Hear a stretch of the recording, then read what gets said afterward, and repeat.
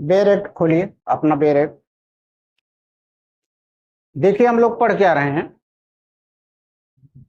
जज साहब किसी भी मामले को कॉग्निजेंस मतलब ग्रहण नहीं करेंगे, कॉग्निजेंस मतलब कार्यवाही नहीं चलाएंगे। वो कौन से मामले हैं जिन पर जज साहब कोई कार्यवाही नहीं करेंगे, वो चुप मार के बैठे रहेंगे? पहला तो यह है, जो मामला कोर्ट में आया हुआ है वह परिसीमा काल के बाद दर्ज किया गया है, अर्थात हर अपराध के लिए परिसीमा काल निश्चित है। उसके बाद अगर न्यायालय में आया है तो जज साहब उसको नहीं लेंगे, आपको वापस कर देंगे। और अगर जज साहब वापस नहीं किए, उसको ले लिए, उस लेने से कौन परेशान होगा? अभियुक्त। यही उल्टा क्वेश्चन जब आएगा फिर आप परेशान हो जाएंगे।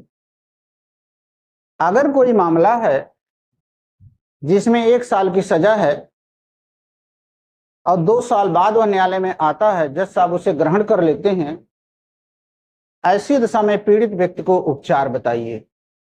पता ही नहीं क्या उपचार है। आप कहेंगे अपील में जाएंगे, तो अपील में इसलिए नहीं जाएंगे, अपील के लिए लिखा रहता है कहीं कि अपील में जा सकते हो, और जब नहीं लिखा रहता तब नहीं जाएंगे। पूरे यहाँ एक में लिखा कहां कहां अपील होगी। ऐसी दशा में आप आगे जाएंगे। अगर कुछ समझ में नहीं आए तो 482 शनिवार को वकील साहब कचहरी मारते, उनको पकड़ा दे साहब, इसको 482 आप दाखिल करा दीजिएगा। तो पीड़ित व्यक्ति कहीं कुछ उपचार अगर नहीं है तो 482 में जा सकता है। सीआरपीसी ये वाला 528, वर्तमान बीएनएसएस 528। तो ये पहला मामला आ गया। अगर कोई केस आपके खिलाफ घटित है तो उस केस को न्यायालय में दायर करने के लिए कोई समय सीमा है, तो उसी समय सीमा में आपको मुकदमा दाखिल कर देना चाहिए, क्रिमिनल केस। और अगर आप दाखिल नहीं कर पाए, थोड़ा देर में आए, तो जज साहब मना कर देंगे, इस केस को हम नहीं लेंगे क्योंकि ये धारा हमें रोकती है। दूसरी केस ये है, इस सेक्शन में है, अगर कोई लोक न्याय के विरुद्ध अपराध है, दस्तावेजों के बारे में कोई अपराध है, गलत दस्तावेज, फर्जी दस्तावेज आपने लगाया है, किसी पब्लिक सर्वेंट का अपमान है, ये तीनों वाले अपराध का जज साहब संज्ञान लेंगे, अर्थात मुकदमा चालू करेंगे, लेकिन केवल कंप्लेंट पर, एफआईआर नहीं होगी। ये सब याद रखना पड़ेगा। इसमें एफआईआर नहीं होगी, केवल कंप्लेंट पर और लिखित कंप्लेंट पर।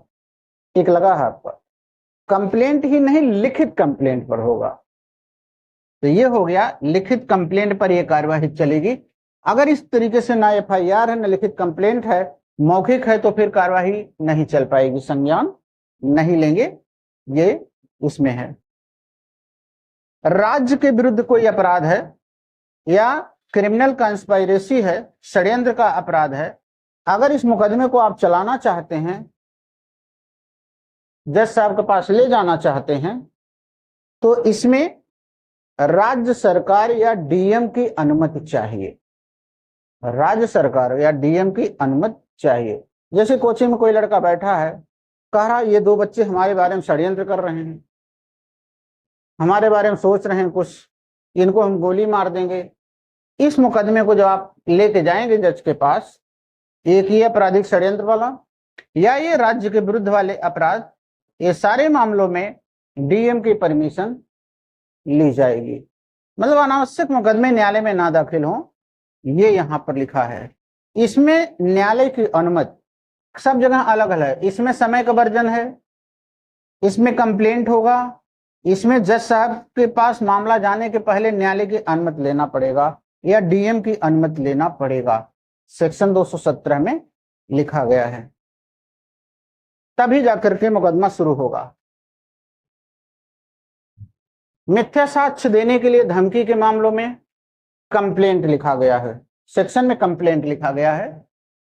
अब आते हैं न्यायाधीशों, लोक सेवकों का अभियोजन। किसी जज का या किसी पब्लिक सर्वेंट का, इनके ऊपर अगर कोई केस आप करना चाहते हैं, जब ये अपने पद पे रहते हुए कोई गलती किए हैं या पद पे रहते हुए कोई गलती किए थे, आप इंतजार करें एसडीएम रिटायर हो जाए तब मुकदमा लाएं।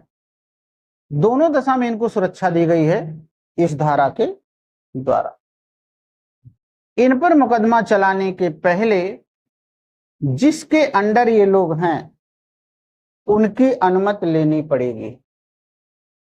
लेकिन जरा विवेक से काम करिएगा, इसमें हाई कोर्ट के और सुप्रीम कोर्ट के जज नहीं आते। यहां न्यायाधीश देख लिए तो इसमें हाई कोर्ट सुप्रीम कोर्ट के जज नहीं आएंगे, वो भारतीय संविधान के अनुसार हटाए जाएंगे। आर्टिकल 124(4) 124 संग 4, मतलब एकाएक अगर आपसे पूछ ले कि 218 का बेनिफिट हाई कोर्ट के जजों को भी मिलेगा, अरे साहब उसका तो प्रोसीजर भारतीय संविधान में है। 124 सब क्लास 4 महाभियोग, उसको एक प्रक्रिया बताई गई, उस प्रक्रिया से वह हटाए जाएंगे, ये वाला नहीं है वहां पे। तो किसी न्यायाधीश को, किसी पब्लिक सर्वेंट को, इन सबको अगर कोई अपराध में आपको फंसाना है, फंसा करके यहाँ ले आ रहे हैं, तो जज साहब पूछेंगे राज्य सरकार की अनुमति मिल चुकी है?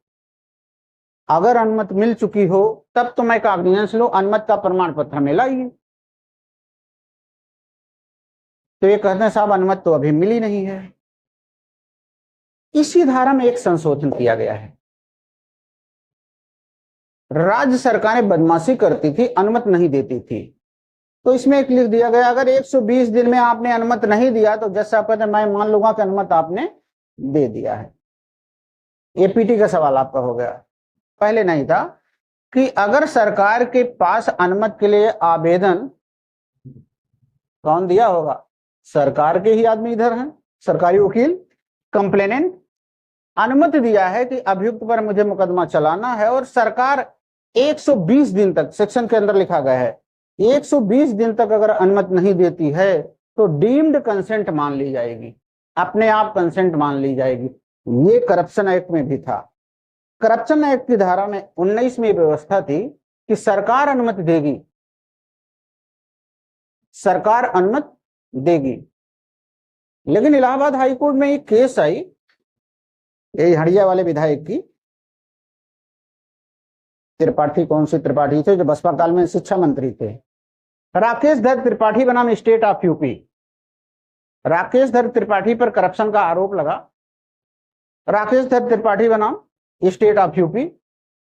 उनके केस में कहा गया कि अगर कोई पब्लिक सर्वेंट का मैटर है और सरकार अनुमति नहीं देती है 3 महीने, तो 3 महीने के बाद हम मुकदमा चलाएंगे, स्वयं अपने आप हम कॉग्निजेंस लेके चला लेंगे। करप्शन का मैटर है, वो करप्शन के केस में आया था, ये सीआरपीसी में अलग है, करप्शन एक्ट अलग है, ये अलग है।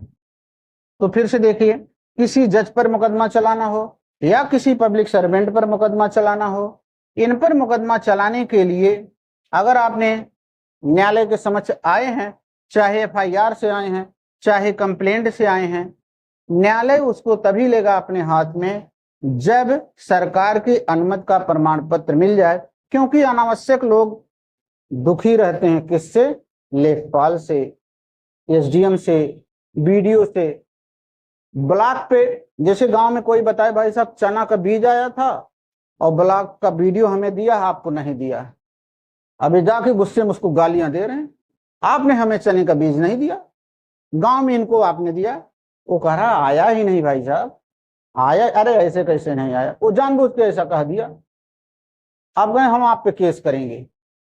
अब वीडियो पूछा किस धारा करो, 406 को करेंगे, चना आया खा गए आप, आईपीसी 406 ब्रीच ऑफ ट्रस्ट, जाओ करो। सरकार के पास अनुमति के लिए आवेदन मांग रहे हैं, सरकार का ही कोई चना मैंने भेजा ही नहीं, खत्म हो गया मामला। तो यही सब, इनको परेशान अनावश्यक ना किया जाए, और अगर सही परेशान करने की बात होगी तो सरकार खुद ही अनुमति दे देगी। तो यहां पर सरकार की अनुमति से ही मुकदमा इन पर चलेगा, अन्यथा नहीं चलेगा। लेकिन सरकार 120 दिन में अनुमति नहीं देती है, तो 218 के पहले प्रोवाइजो में लिखा है 120 दिन बाद डीम्ड कंसेंट मान ली जाएगी। डीम्ड कंसेंट मतलब अपने आप कंसेंट दिया हुआ मान लिया जाएगा। Very important provision, deemed consent मान लिया जाएगा। सेकंड प्रोवाइजो देखना, ये सेकंड वकंड उसमें लिखा नहीं रहता, नहीं धूरे कहाँ सेकंड है, आपको अपने से लिखना पड़ता है। 218 के बाद ए लिखा है का स्मॉल ए स्मॉल बी, उसके बाद परंतु लिखा है, परंतु के बाएं लिख देना 1, फिर दूसरे परंतु को बाएं 2 लिखिए, तीसरे परंतु को बाएं 3 लिखिए, तो यह हो गया परंतुक 1, परंतुक 2, परंतुक 3। इसी के दूसरे परंतुक में देखिए 120 दिन लिखा गया है। आप समझे परंतुक पढ़ना कैसे होता है, इसी को प्रोवाइजो अंग्रेजी में कहते हैं और हिंदी में परंतुक। आया समझ में कुछ? अब बताइए साहब क्या किए हैं, ये रेप कर दिए, इनके कस्टडी में जो मैडम थी रखी गई थी उनके साथ ये रेप कर रहे हैं। अब इस रेप की दशा में अगला प्रोवाइजो में लिखा गया है, तीसरे प्रोवाइजो में कोई मंजूरी की जरूरत नहीं। ये रेप वाली धाराएं हैं ना सारी, देखिए कोई जरूरत नहीं है मंजूरी की, बिना मंजूरी के ही मुकदमा चलेगा, सरकार की मंजूरी की जरूरत नहीं है। प्रोवाइजो 3 उसका लगा लेना, परंतुक 1, परंतुक 2, परंतुक 3 अपने मन से लिख लेना। तो तीसरे में लिखा गया है 64, 65, 66 वगैरह वगैरह सारी धाराओं में अगर कोई अपराध हुआ है, इसमें रेप भी नहीं है और भी धाराएं हैं, इन धाराओं में कोई मंजूरी अपेक्षित नहीं है। पहले आपको याद ही होगा ये सब रेप की धाराएं हैं वगैरह वगैरह, इनमें मंजूरी की अपेक्षित नहीं है।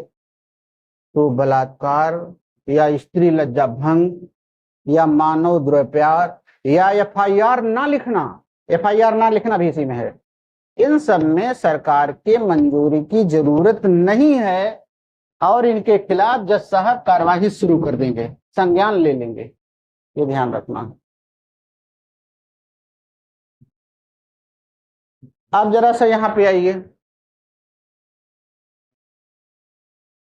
ये लोक सेवक कौन है, जरा से इनको हम आपको बता दें। ये लोक सेवक कौन है? जैसे उत्तर प्रदेश पूरे जिले में तमाम सेंट्रल के लगे हुए हैं, तमाम स्टेट के लगे हुए हैं। सेंट्रल की जैसे सीआरपीएफ लगी हुई है कहीं पे, तो वो सेंट्रल के आदमी हैं। उत्तर प्रदेश के सारे अपने यूपीपी, होमगार्ड, ये सब लगे हुए हैं। सीआरपीएफ वालों से कुछ गलतियां होती हैं, कुछ यूपीपी वालों से गलतियां होती हैं। एक तीसरी कंडीशन है, उत्तर प्रदेश में या किसी प्रांत में राज्यपाल का शासन आ गया है, मुख्यमंत्री हट गया है, अर्थात 356 लगा हुआ है, ये कंडीशन। और जब 356 लग गया तो यूपीपी भी डायरेक्ट दिल्ली से कंट्रोल होगी, अर्थात संवैधानिक तंत्र की विफलता में 356 लग गया भारतीय संविधान में। ये सारे लोक सेवक सेंट्रल के कंट्रोल में आ गए। अब राज्य की अनुमति की जरूरत नहीं, अब सेंट्रल की अनुमति की जरूरत पड़ेगी। अर्थात किसी राज्य में अगर 352 लगा, 356 है, राज्य में संवैधानिक तंत्र विफल है भारतीय संविधान में, तो फिर इनके द्वारा किए गए किसी भी कार्य के लिए अनुमति सेंट्रल से लेना पड़ेगा, स्टेट की अनुमति की जरूरत नहीं है, क्योंकि ये सारे लोग केंद्र से गवर्न होते हैं और गवर्नर के माध्यम से सारा काम करते हैं, ये ध्यान रखिएगा। तो कब उत्तर प्रदेश पुलिस विभाग के आदमियों की दशा में भी सेंट्रल की अनुमति चाहिए? कहिए जब राज्य में राष्ट्रपति शासन लगा दिया गया तो ऐसा हुआ था एक बार। वो केस हम देखे थे, प्रवीण कुमार त्रिपाठी, सूरज कुंड थाना के, उन पर वो लगाया गया था, अभियोग लगाया गया, और इलाहाबाद हाईकोर्ट के वकील बीपी श्रीवास्तव थे, बड़े सीनियरों के पास आप बैठिए तो ज्ञान अपने आप मिलेगा। कोर्ट के अंदर जैसे ये बड़ी यहां से वहां अदालत इतनी बड़ी ये, तो आप यहां खड़े होकर के देखिए, अदालत में खड़े होकर देखिए क्या कैसे हो रहा है। तो उसमें बीपी श्रीवास्तव बहस कर रहे थे, सीनियर लॉयर, कि माय लॉर्ड जरा देखिए वो तारीख जब अभियोग लगा है तब राज्य में राष्ट्रपति शासन था। ये बहस आया तो उसी दिन हम भी पहली बार जाने, हाँ ऐसी बात है कि जब राष्ट्रपति शासन था तब स्टेट की अनुमति का कोई महत्व है नहीं, तब सेंट्रल की अनुमति चाहिए। तो ये पोर्शन आपने देखा, कहां तक लिखा था? हाँ ये लिखाना है, तो ये अगला पॉइंट लिखिए, लिखिए न्यायाधीशों और लोक सेवकों के, न्यायाधीशों और लोक सेवकों के विरुद्ध आपराधिक कार्यवाही चलाने से पूर्व, आपराधिक कार्यवाही चलाने से पूर्व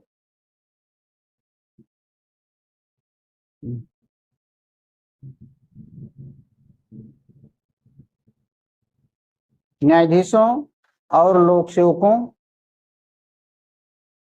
के विरुद्ध क्रिमिनल प्रोसीडिंग चलाने से पूर्व यथास्थित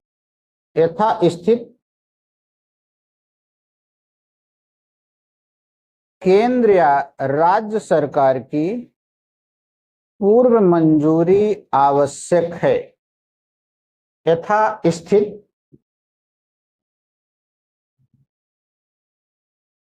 केंद्र या राज्य सरकार की पूर्व मंजूरी आवश्यक है।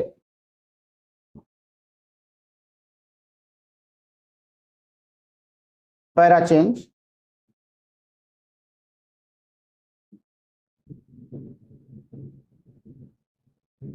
पैरा चेंज, यदि सरकार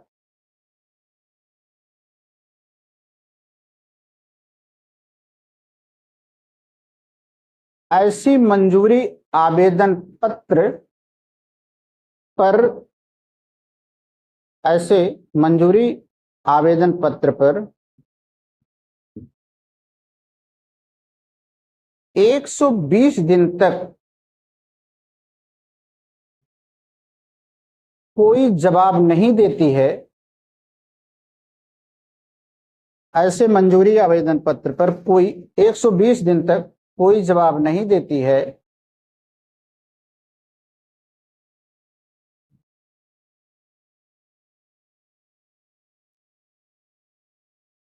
तो मंजूरी सरकार द्वारा दी गई समझी जाएगी।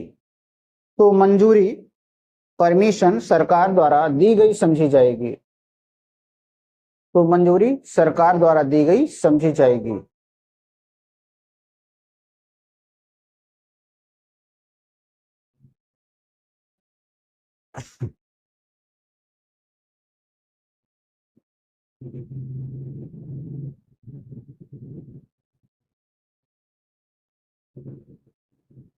अगला पॉइंट, बलात्कार, स्त्री लज्जा भंग,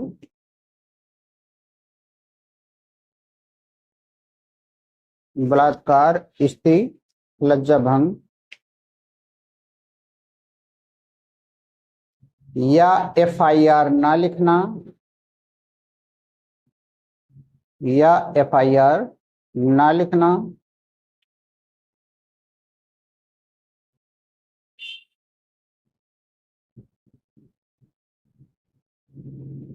आदि अपराधों में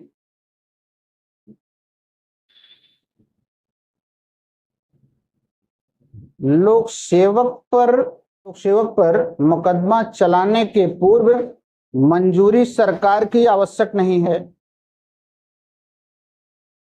लोक सेवक पर मुकदमा चलाने से पूर्व सरकार की मंजूरी आवश्यक नहीं है। सरकार की मंजूरी आवश्यक नहीं है।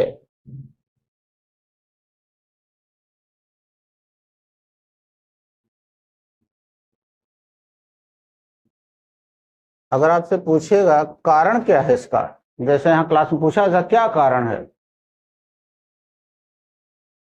तो बताएंगे बलात्कार करना लोक सेवक के ड्यूटी का भाग नहीं है। गाली देना दरोगा की ड्यूटी का भाग नहीं है। उसका मतलब ड्यूटी पे जो रहते हुए काम आपको करने के लिए दिया जाए, जैसे ए की बजाय बी को आपने पकड़ लिया तो सदोष अवरोध का मुकदमा नहीं चलेगा, लेकिन अगर ये सब कर दिए हैं तो फिर चलेगा। मंजूरी की जरूरत नहीं है, चलेगा। आगे पैरा चेंज कर दीजिए इसी में।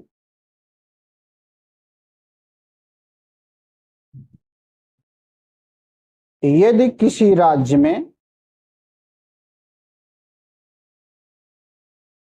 अनुच्छेद 356 भारतीय संविधान, अनुच्छेद 356 356 भारतीय संविधान में कोई उद्घोषणा की गई है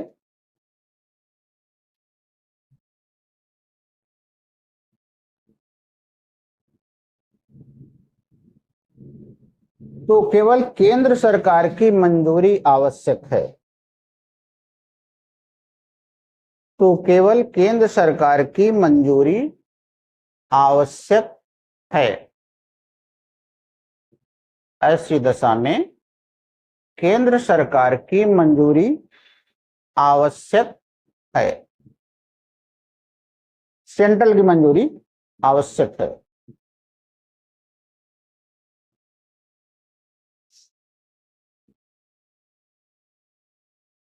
ये क्वेश्चन है, आप ये उत्तर है आपका, और इस उत्तर का एक स्पेशल क्वेश्चन लिख लीजिए जिसका ये उत्तर है।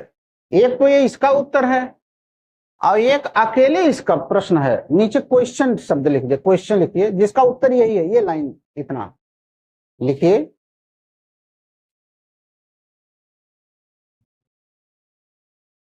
न्यायाधीशों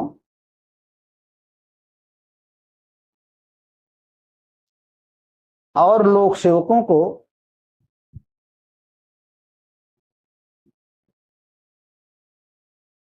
अपने पद के दौरान किए गए कार्यों के लिए,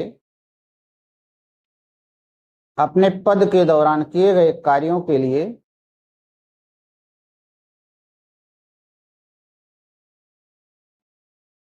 आपराधिक विधि क्रिमिनल लॉ में क्या संरक्षण प्रदान किया गया है। आपराधिक विधि क्रिमिनल लॉ में क्या संरक्षण प्रदान किया गया है।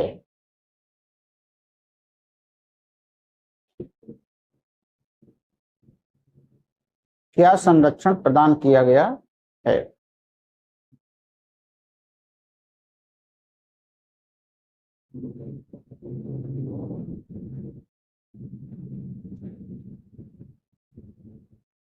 रुक जाइए, अभी इसमें प्रॉब्लम भी जोड़ लीजिए। एक प्रॉब्लम,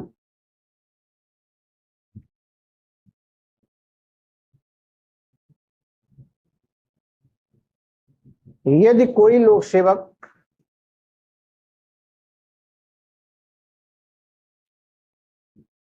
यदि कोई लोक सेवक जो नारी निकेतन, जहां औरतें रखी जाती हैं, नारी निकेतन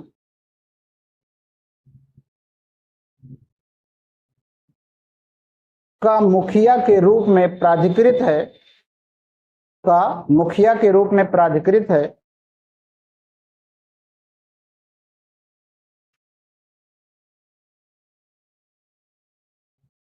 कोई बलात्कार करता है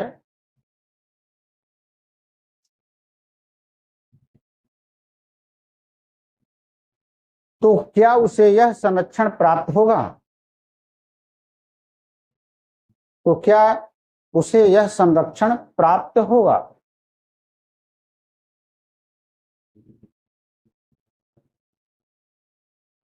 ये क्वेश्चन है। एक दरोगा किसी गांव में जाता है और जो पार्टियां वहां खड़ी हैं उनको समझाने का प्रयास करता है, और समझाने पर जब नहीं मानता तो इलाहाबाद वाली गाली देता है। एक स्पेशल गाली यहाँ पे है ना, अखबारों में निकलती, कभी अपनी भाषा में गाली देता है उनको, और उस गाली को सुन करके वो लोग उसके ऊपर मुकदमा कायम करते हैं। क्या वो सफल होंगे? जबकि सारी गाली टेप करके सुना रहे हैं, देखिए साहब मजिस्ट्रेट साहब, ये आपके अदालत में खड़े हुए दरोगा जी ये गालियां दे रहे हैं, सुनिए आप, देखिए।